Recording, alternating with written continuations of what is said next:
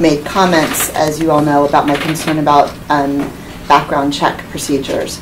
And I am wondering if this would be an opportunity for you all to explain how your background check procedures have been tightened in response to some of the things that have been missed over the last few years. I have to take exception to things that have been missed over the past 3 years.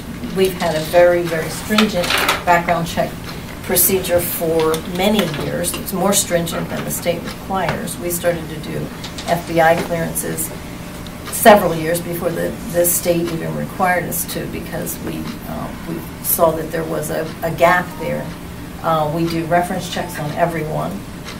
If someone got through, and I'm presuming that you're referring to a principal a number of years ago, there was nothing in any background check that would have brought that up. I'm not really as concerned. I am certainly concerned about that and about the sealed record, but I am concerned about how it is that our superintendent was hired with a sealed agreement with a very questionable departure from a prior district, and our board was not aware of that. It was very, very easy to find that as a layperson, and I want to know what you all are doing to prevent yourselves from being in the dark in the setting of another high-profile hire. So how is that going to change? I had nothing to do with the hiring of the superintendent in any format. It was strictly for the board, so I can't answer that question. Okay, so for the board, how are background checks going to be conducted going forward?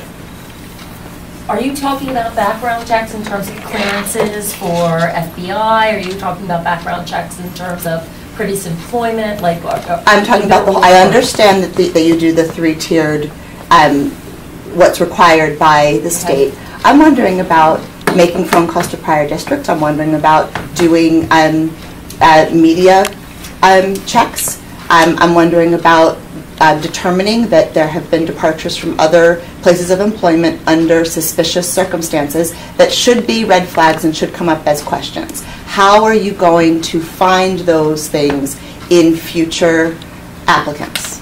How will what you know now about what you didn't know then affect your procedures going forward? Okay, well, a couple of points to make is, number one, I myself was not on board back in the hiring, so I don't know, I can't speak to what they did in the past. What the process is now for any, it's kind of different, I guess, when you're talking about like the teacher support staff level, because that goes through obviously our AppleTrack and then to the building supervisor and takes on that. When you're talking about executive or administrative, I can only speak to the assistant superintendent that we had a job opening for, and we had listed out on the district website. What we did was we had taken all of the applicants in the AppleTrack system, looked at who was qualified, who could pass the muster, who had completed everything, and also was eligible in terms of all the certifications and state level requirements that were needed to perform a position of that nature. Once all of the, how should I say, paperwork due process was finished, we had several board members' eyes on different candidates to bring forward to interview. The board personnel was not, how should I say, involved in the primary level or the first cut, if you will, because obviously anyone who has, applied for an executive position anywhere, you go through paper screening, then you go through first level interviewing, and then you go through a more selective process. And that had been narrowed down to 3 potential candidates, one of which who rose to the top. And at that point, administration, along with 2 board members, had done some pretty extensive research about where this person came from, what was their, how should I say, performance record in the districts that they had worked at previously, and basically vetted all the information. I mean, again, we have Google available. Anything that can come up on Google would give you information from a public perspective. Correct. That would have been in that person's past. So if anything was red flagged for that particular candidate, we would have picked up on it at that point and not moved that individual to the next level. When was the step of adding a media search added to the background check? When was the I'm going to Google and find out if there are any newspaper articles about this individual added? Because that is clearly new in the past 4 years. I don't know. I can only speak of since I've been chair of personnel committee. So I mean, like, that's for executive level positions and or principals. That had been, I mean, I go back to Dr. Saladino. You know, he came from 2 different districts prior to this one. So he was under a microscope, and as was a candidate that we had for an assistant superintendent under that same microscope. So I can only speak to what I know that I've been doing in the past 2 years. So if anybody else who's been here longer wants to. I've been here less than you, but I mean, I'm going to tell you, I can't get to it right now, but through the school board at RTMSD, whatever it is, board, okay, God bless you. Extremely well written response from Mr. O'Brien, whose first name escapes me. Joe, exactly. Individually, step by step, everything that was going through, okay? Starting with the number of candidates, the vetting process, and everything else. Does he mention the newspapers? I didn't read it that extensively. Okay. May or may not, but quite honestly, okay, a newspaper, okay, is not necessarily going to dig into everything and show you all the facts. You're absolutely right, but it's another piece of information, okay, right? And I'll tell you flat out, as a former Penn Stater, nobody knew about Sandusky, okay? Okay, all the articles, all the churches and Second Mile are all hanging out there. Yes, so, but if someone had, and it were in the paper and it had been missed, that would be a big issue. So I am by no means suggesting if the paper that has all the facts and is a legal entity, by all means, I'll absolutely look at it, okay? But I've learned enough in my lifetime, what I see somebody out there trying to sell papers is not necessarily the facts. Understood. As you told me directly, you were not aware of Mr. WIgo's departure circumstances from Academy Park. So you and Mr. Hanna told me that directly after a hearing, okay?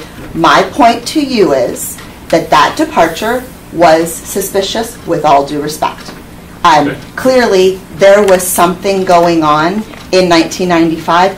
In fact, if you look in 1995 at what was going on in Southeast Delco, it was ugly. I suggest you look at what was going on in Southeast Delco in 1995.